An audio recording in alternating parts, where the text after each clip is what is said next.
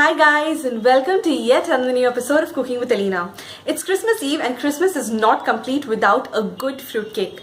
Today I'm going to show you a very simple and easy fruit cake. It's going to be a light fruit cake. When I say light, I mean light in color. At the same time, it's not overloaded with fruits. Now if you're someone like me who likes the crunch of fruit but at the same time do not like it overloaded with fruit, then this is a complete treat for you.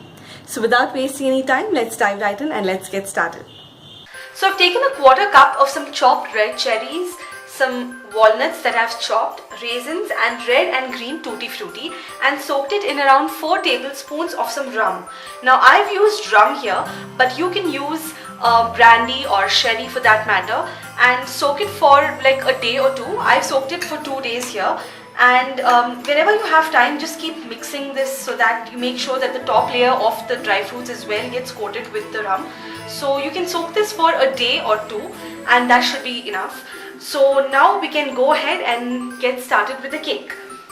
So for this cake I'm using a 9-inch loaf pan simply because I like Christmas cakes in the shape of a loaf and that's how it is. So I've neatly greased this loaf pan with some butter and I've preheated my oven at 180 degrees. So now with all this out of the way, I can readily go ahead and start with my cake. So I have with me around 113 grams of some butter, unsalted butter that has been softened at room temperature. I'm just going to add this into a mixing bowl. So now I'm lightly going to whisk this butter so that it becomes nice, creamy and airy.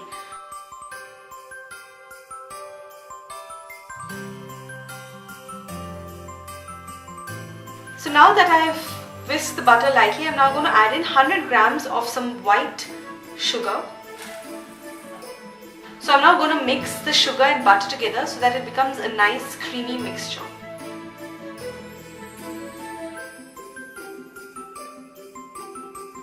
So after whisking the butter and sugar, this is what it should look like. Now to this I'm going to add in 3 large eggs. I'm going to add in 3 large eggs, but I'm going to add in 1 egg at a time, just that the mixture emulsifies.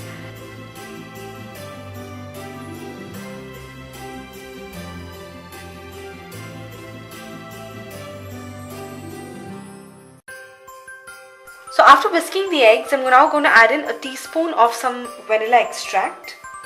Just mix it in as well. So after mixing the eggs, you might notice that the mixture is curdling a little. Do not panic, it is all fine.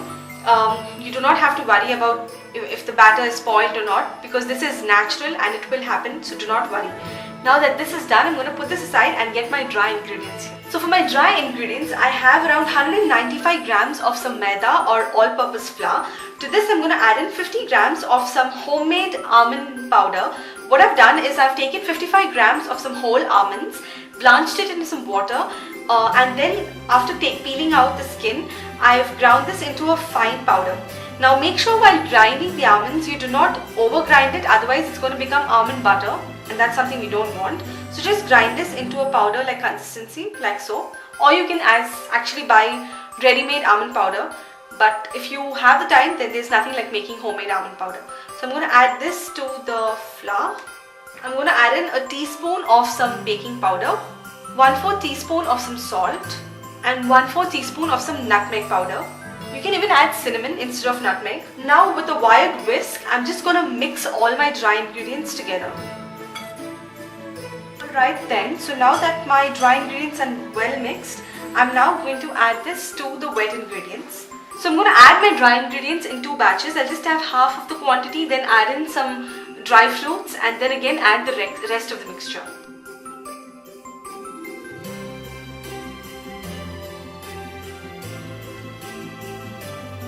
I'm now going to add in all the dry fruits that have been marinating in the rum. So if there's any little bit of liquid that is left, you can add that in as well. Then add in the rest of the flour and now mix this in well.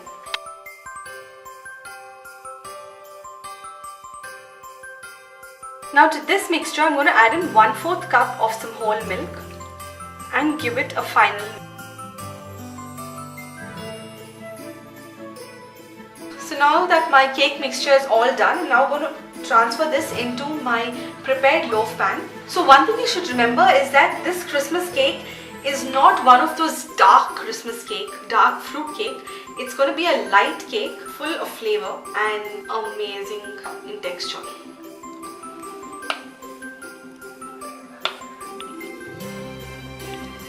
Now that I've evened out the cake batter, I'm going to put this into the oven and bake this at 180 degrees centigrade for around 60 minutes.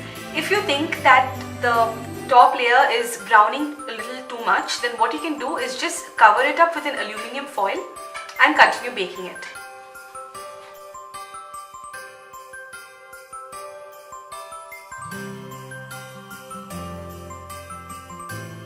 So my cake came out of the oven and it baked for exactly 45 minutes.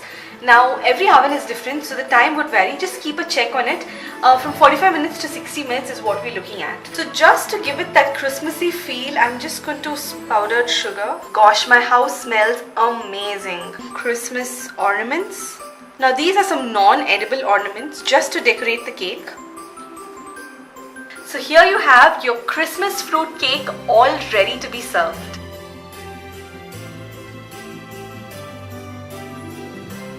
So that's it guys, I hope you enjoyed this simple and tasty fruitcake recipe. So if you like the video, don't forget to give it a thumbs up. I'm also sorry that I couldn't post pictures of me cutting the cake because I'm going to gift the cake to somebody and I didn't want to spoil the cake before that. But if you want to see how the cake looks, then please do follow me on my social media. I'll leave a link for you down in the description box because I'm going to post a lot of cake pictures this Christmas and you wouldn't want to miss out on that. Also, here's wishing you and your family a Merry Christmas. May this festive of joy bring in more happiness in your lives and in the lives of all your near and dear ones. I'll see you guys next week with another new recipe. Until then, bye.